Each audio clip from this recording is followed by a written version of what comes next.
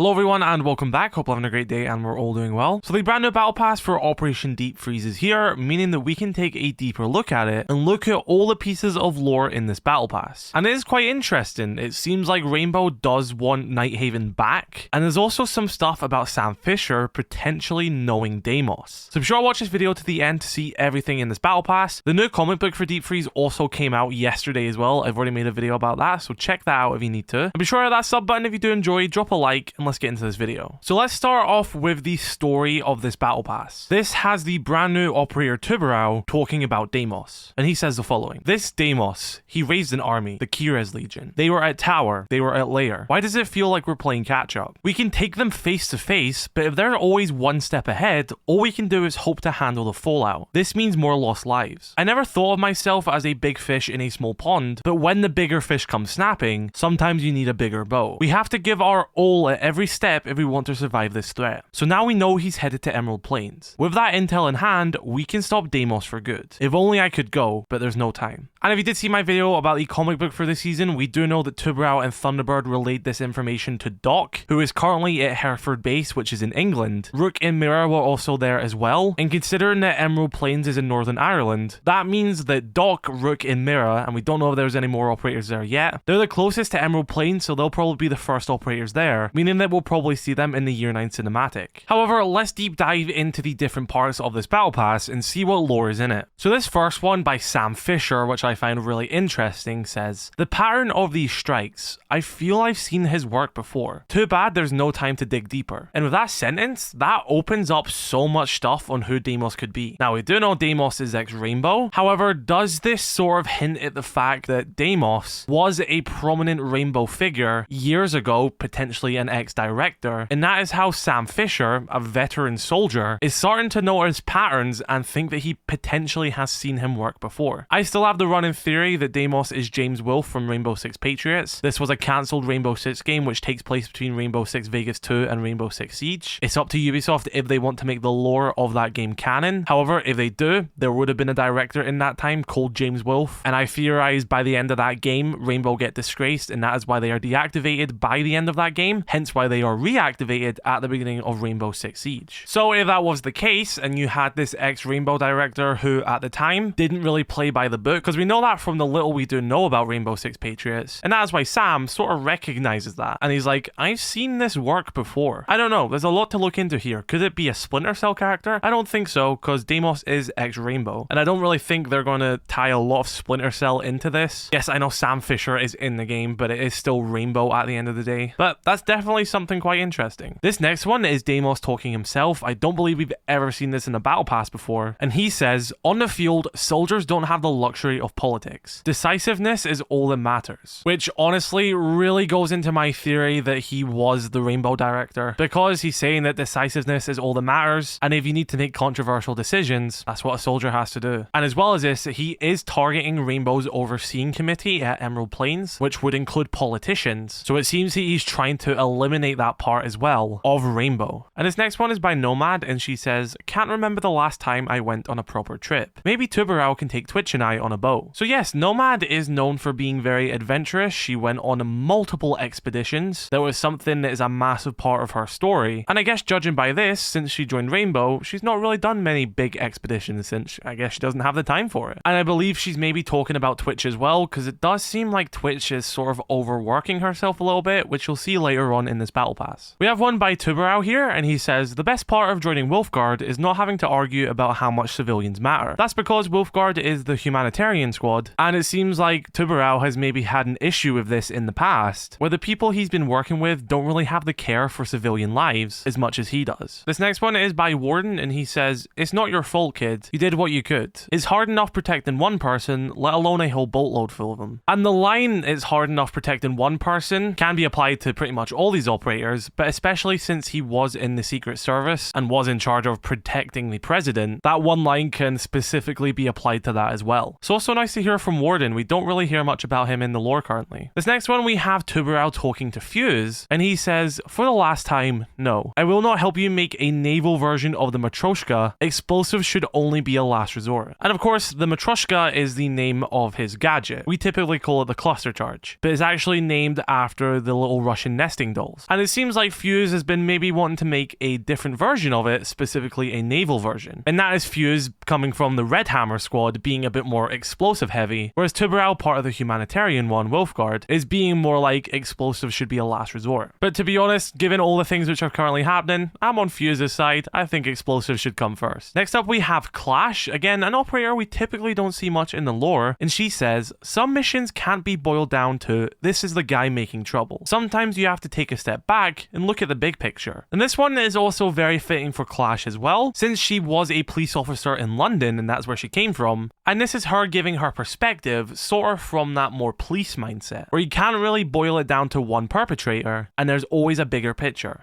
We have yet another one by Clash as well, and she says, you chose the blade, I chose the shield. Let's talk about anger, Azami. It doesn't have to consume you. Now, you can sort of coincide this with the previous one for Clash as well, and maybe think that she was also addressing Azami with that statement as well. But it is quite interesting that this is another battle pass in which people have sort of told Azami that vengeance typically may not be the best path for her. Especially with the whole bigger picture thing being that Azami and Rainbow initially thought it was Nighthaven who killed Yahata, and it turned out not to be. But this just gives us that little reminder as to why Azami is even in Rainbow. She was there to avenge Yahata. She was there to stop whoever done this. And that person is Deimos. And it's clear that she still has that anger. This next one is by Ram, and it's just a little sentence saying, hold on to what you care about, Tubarão. Never let it go. Just nice to hear the latest attacker. It's just nice to hear the operator which came out before Tubarão just talking to him. I do like it when they include recent operators in these battle passes talking to the new ones, because although they are still part of the same team, it sort of feels like a little bit of passing the torch, and it shows that these new operators, even though they are still very fresh to the team, are also still part of that team. They're still here to welcome the new recruits. It's just a nice little addition, I think. Now this next one is by Mira, and this is the first of a few in this battle pass where some Rainbow operators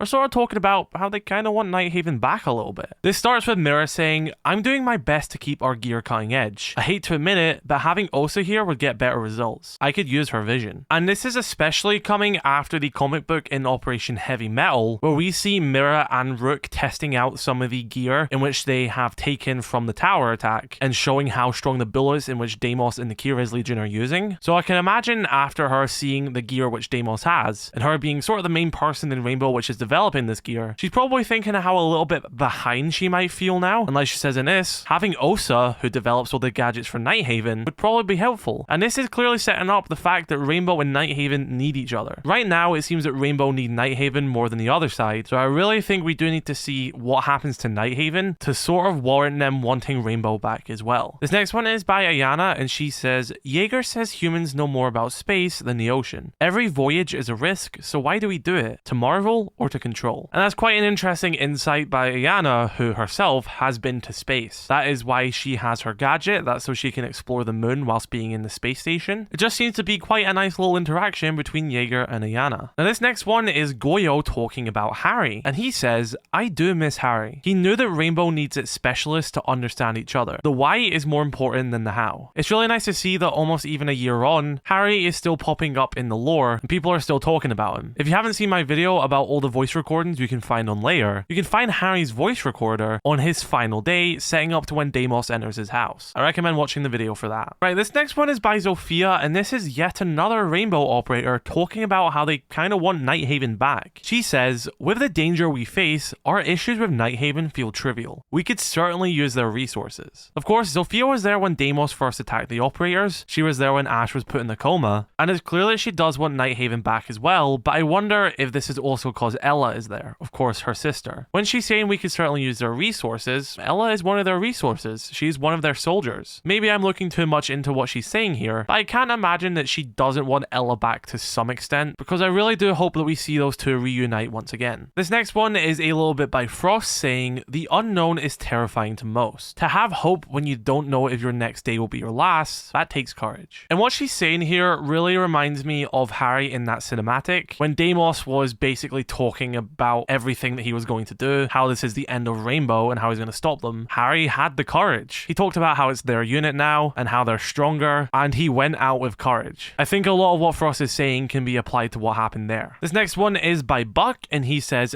Deimos, like his namesake, is a myth. There is a mortal man behind that mask. Remember that. I definitely think this is quite an interesting thing for Ubisoft to put in, especially at Year 8 Season 4, when we're going into a big cinematic in Year 9, and they're talking about how there is a man behind that mask. Since a big thing a lot of us are potentially expecting is an identity or face reveal for Deimos. And in universe, Buck is reminding people of that. There is still a man there, one that bleeds like anyone else. This next one is Thatcher, and he says, bullets and blades get most jobs done, but even if I have to admit it, the most dangerous enemies require swankier tools than I've got. And I believe this might be referencing the hammer and scalpel animation, in which Thatcher's sort of more like old-fashioned, forget that technology, I disable it all, I use bullets and blades, whereas Dokkaebi was more like, we can use electronics to our advantage and use technology against the enemies, even their own technology. And it seems like Thatcher has definitely warmed up to that side of it, which is really nice character development for him. Here's another one by Sam Fishre, and he says, training never ends. If you're not sharp, you're dead. What keeps you sharp, specialist? I can imagine he's talking to Tubarão, or he could just be talking to anyone out there. This could even be sort of like a meta one, where he's sort of talking to us. Of course, I mean in the way you can interpret it. The same way that how he would talk to these operators and how this is a true statement. This is a true statement for us as the players as well. If someone in this game is training better than you, they're learning the maps more, they're learning angles more, they're learning their aim better, then you're dead. They're the better player. This is especially fitting on a charm, which is SI 2024. Next up, we have this little petri dish. And something you notice in this battle pass about the Wolfguard items, you've seen it for Clash and you'll see it for the Twitch one as well, is it's very biohazard chemical themed. I wonder if this is a hint about what we're going to see in the Year 9 cinematic, since we do know Deimos is developing chemical weapons. Or this is simply just showing the side of Wolfguard right now, which is dealing with chemicals, purely just for the theme of this battle pass, just to show us a side of the Wolfguard squad in which we haven't seen before. But Captain Doc says, Deimos' approach reminds me of how antibodies behave towards unwanted substances in the body. Targeted, relentless, deadly. And it does give me sort of Rainbow Six Extraction vibes, however, that game isn't canon, the story never happened. That was purely a theoretical what-if situation. It didn't actually happen in the story. It was kind of just for fun to see how you could put Rainbow in a universe like that. Just because I see people confused sometimes, Extraction never happens in the story. Neither did the Outbreak event. This next one is Glaz, and he says, like a sculpture, you can only fully appreciate a situation by looking at it from all sides, even if some angles are less flattering. This seems to be along the lines of what Clash was talking about as well, how you need to look at the broader picture, and in this example by Glaz, you have to look at everything from the different sides and angles. This could just be a broad statement about anything, but I wonder if Ubisoft are talking about this, maybe looking at everything in the bigger picture by looking at games before Siege. That's going into a bit of theory territory, so I'm going to try and keep that out of this video, just not to bloat it. This next one is Thunderbird, of course an operator who went on that mission alongside Tubarão to the lair, and she said, the sky and the sea bring us back to basics. Joy, freedom, hope. These are things worth fighting for. And like I was saying, how her and Tubarão went on that mission, they can both represent the sky and the sea. Thunderbird's real name is Mina Sky. She also flies a helicopter, a lot to do with flying and the sky itself. And Tubarão is Portuguese for shark, and he was also in the Navy. So you could look at the statement and say, Thunderbird and Tubarão bring joy, freedom, and hope. This next one is by Twitch, and she's saying, with only 2 operators on site, we're lucky we only lost the hostages. Deimos isn't giving us any breathing room. She's of course talking about the hostages you see in the cinematic for this season, in which Tubarão and Thunderbird were too late to save. And of course, they did make it out alive in the comic book we covered yesterday. Again, recommend checking out that video. It shows Thunderbird and Tubarão escaping the lair. This one's from Lion talking about Twitch, and he says, Twitch has taken on so much. Coordinating, designing, maintaining, she feels responsible for Rainbow survival. And yeah, in the lore, Twitch does do a lot of stuff. She is also very skilled at designing gadgets. We did see when Sense first came out in that cinematic, she was in the command room alongside Doc. So it does seem like she is doing a lot. And I wonder if we will see her in the Year 9 cinematic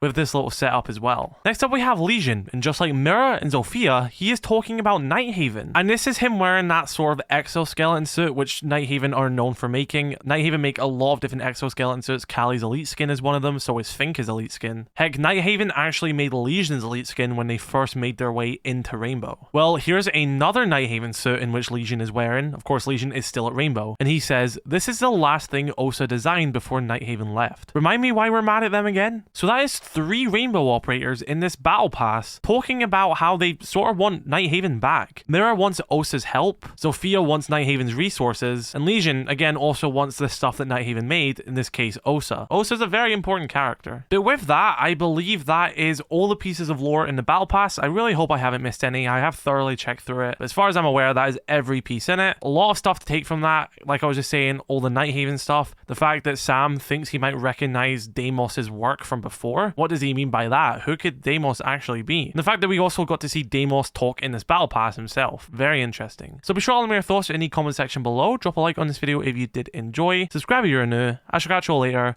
I love you all. Stay safe. Have a good one.